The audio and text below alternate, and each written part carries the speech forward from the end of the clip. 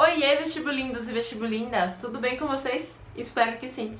Hoje eu vim contar como começar a estudar do zero para o vestibulinho da ETEC do segundo semestre de 2018. Principalmente se você é uma pessoa que está há algum tempo longe da escola ou se teve uma base muito fraca no ensino fundamental. Então esse vídeo é pra você, ok? E assim, eu sei que quando a gente tá perto de uma prova e não começou a estudar ainda, dá aquele surto, né? Você fica tipo, meu Deus, o que eu faço agora? Mas calma que eu vou te ajudar nesse vídeo, tá? E bom, a primeira coisa que faz muita gente morrer de medo, né? Muita gente tem mais medo disso do que da Annabelle, é em pensar no todo de conteúdo que vai ser estudado para a prova da ETEC.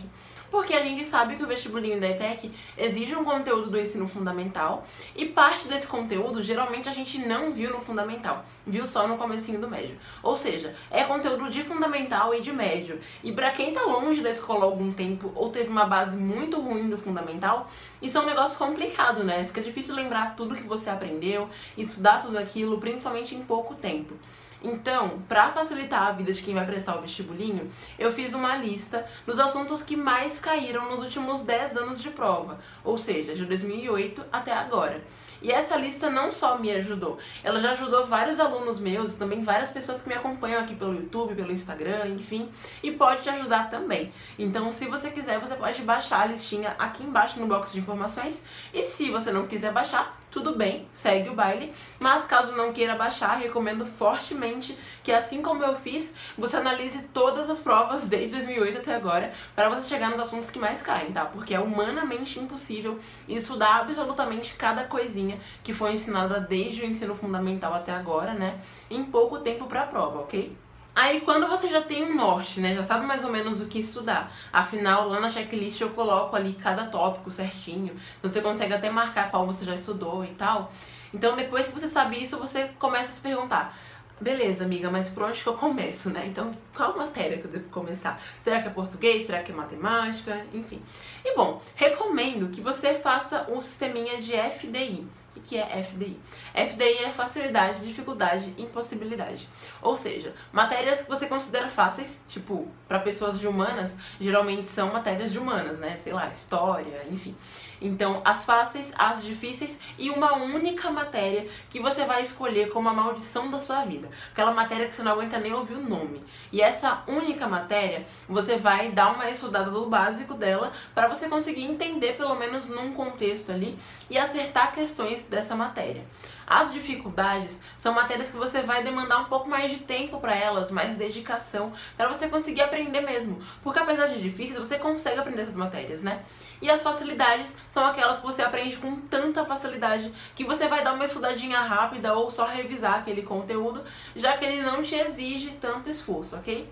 Então, como você tem pouco tempo para estudar e tem uma quantidade, assim, ok, né, de conteúdo, você divide assim e fica mais fácil de você fazer os seus estudos, tá? E aí recomendo que você comece estudando as matérias mais difíceis pra você, que vão te demandar mais tempo, né? E faça um equilíbrio. Então coloca aquela mais difícil no mesmo dia que você vai estudar, por exemplo, interpretação. Ou então a mais difícil com uma mais fácil, enfim. Mas sempre tente começar por aquelas mais difíceis, porque aí você vai ter mais tempo de estudar, de revisar, fazer exercícios e tudo mais, ok? Terceira coisa, estude muito a interpretação, mas muito mesmo, porque o vestibulinho da ETEC é uma prova que vai te exigir interpretação em cada uma das questões. Então toda questão ela vai ter o conteúdo mais a interpretação. Tem muita gente que fala assim, é molezinha, nem precisei estudar. Não caia nessa onda, tá? Só uma dica. Porque as pessoas que conseguiram fazer a prova sem estudar nadinha, assim, ou elas tiveram uma boa base, ou elas lembravam com muita facilidade os conteúdos, ou elas tinham uma quantidade muito maior de facilidades do que dificuldades, e pode ser que esse não seja o teu caso. Então é bom que você estruture teus estudos e estude certinho, e estude interpretação também, porque isso é muito importante. Uma coisa que eu sempre falo com os meus alunos, tanto que lá no treinamento eu tenho muita coisa de interpretação, porque é uma coisa que eu considero realmente muito importante, já que tá ali na prova inteira, né? Outro ponto crucial é como você vai estudar, né? E essa é uma coisa absurdamente pessoal, ela vai variar muito de uma pessoa para outra, porque algumas pessoas são mais auditivas, outras são visuais, outras são sinestésicas. Então auditivas são aquelas que absorvem melhor o conteúdo por meio da audição. Então para elas, pode ser que elas precisam fazer um resumo em áudio, elas precisam ouvir a própria voz, explicar para alguém, enfim. Para as visuais, geralmente é mais necessário alguma coisa com mais estímulo para a visão. Então, uso de cores, uso de imagens, esquemas, etc. E para as sinestésicas, elas absorvem melhor o conteúdo quando elas estão em contato, tem um dinamismo maior entre elas e o conteúdo. Então, seja fazendo um experimento, uma atividade prática, um jogo, coisas desse tipo, tá? Então, a maneira de estudar é uma coisa que vai variar muito e você precisa testar para saber como você aprende melhor os conteúdos, né? E para ver qual dessas maneiras vai ser a que você vai estudar. Eu só não recomendo que você faça estudo passivo, que é simplesmente assistir videoaula e ler matéria. Você tem que fazer estudo passivo, mas tem que fazer o ativo depois, que é você ver qual maneira você absorve o conteúdo e fazer aquilo, né? Então, seja resumos, mapas mentais, resumos em áudio, enfim, o que for mais eficiente para você, ok? Um problema de muita gente que vai prestar o vestibulinho do meio do ano é a falta de tempo, né? Afinal, geralmente são pessoas que ou estão estudando ainda, ou que já terminaram os estudos, mas trabalham e fazem várias coisas ao mesmo tempo. Então, geralmente não te sobra ali uma brechinha no dia para que você consiga estudar. Ou você acha que não te sobra uma brechinha, né? Porque geralmente a gente pensa que precisa de muitas horas para estudar. Isso por conta de um pensamento muito arcaico que a gente tem e de que o estudo é um negócio muito mais quantitativo do que qualitativo. Isso está errado, porque estudar é uma atividade qualitativa para a maior parte das pessoas. O que isso significa? Cara, a prova não vai te perguntar quantas horas você passou estudando. A prova quer saber se você sabe aquele conteúdo, se você domina. Então, se você estudar todos os dias meia hora, pode ser que valha muito mais a pena do que você estudar todos os dias 12 horas seguidas. Porque às vezes a pessoa que estudou 12 horas seguidas, ela não estava estudando. Ela estava ali enrolando, mexendo no celular, conversando com o mozão, fazendo várias coisas que não tem nada a ver com os estudos. Então, comece estudando bem pouquinho por dia, se você não tem muito tempo, porque aí você vai ver que você vai começar a conseguir encaixar os estudos em pequenas brechas nas suas atividades. Por exemplo, você trabalha e vai para o trabalho de ônibus.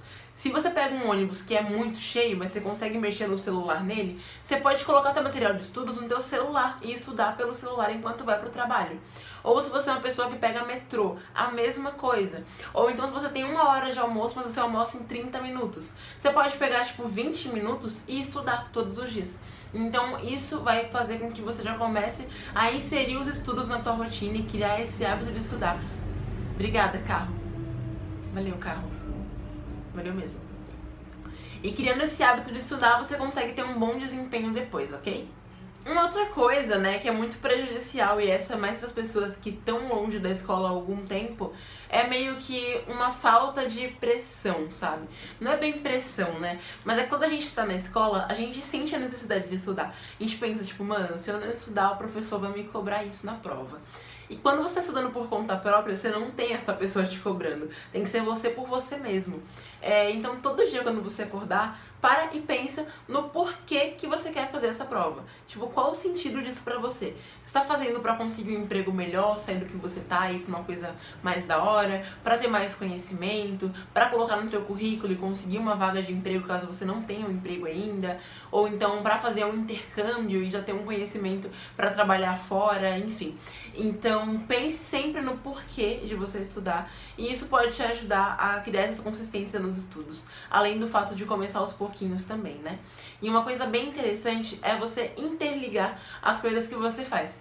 Então, por exemplo, se você acorda todo dia e não pensa que tem que estudar, cria alguma rotinazinha, alguma coisa boba que te lembre de estudar. Por exemplo, deixa um caderno perto da tua cama. Você vai acordar, vai olhar para aquilo e pensar, putz, tem que estudar hoje, não posso esquecer disso.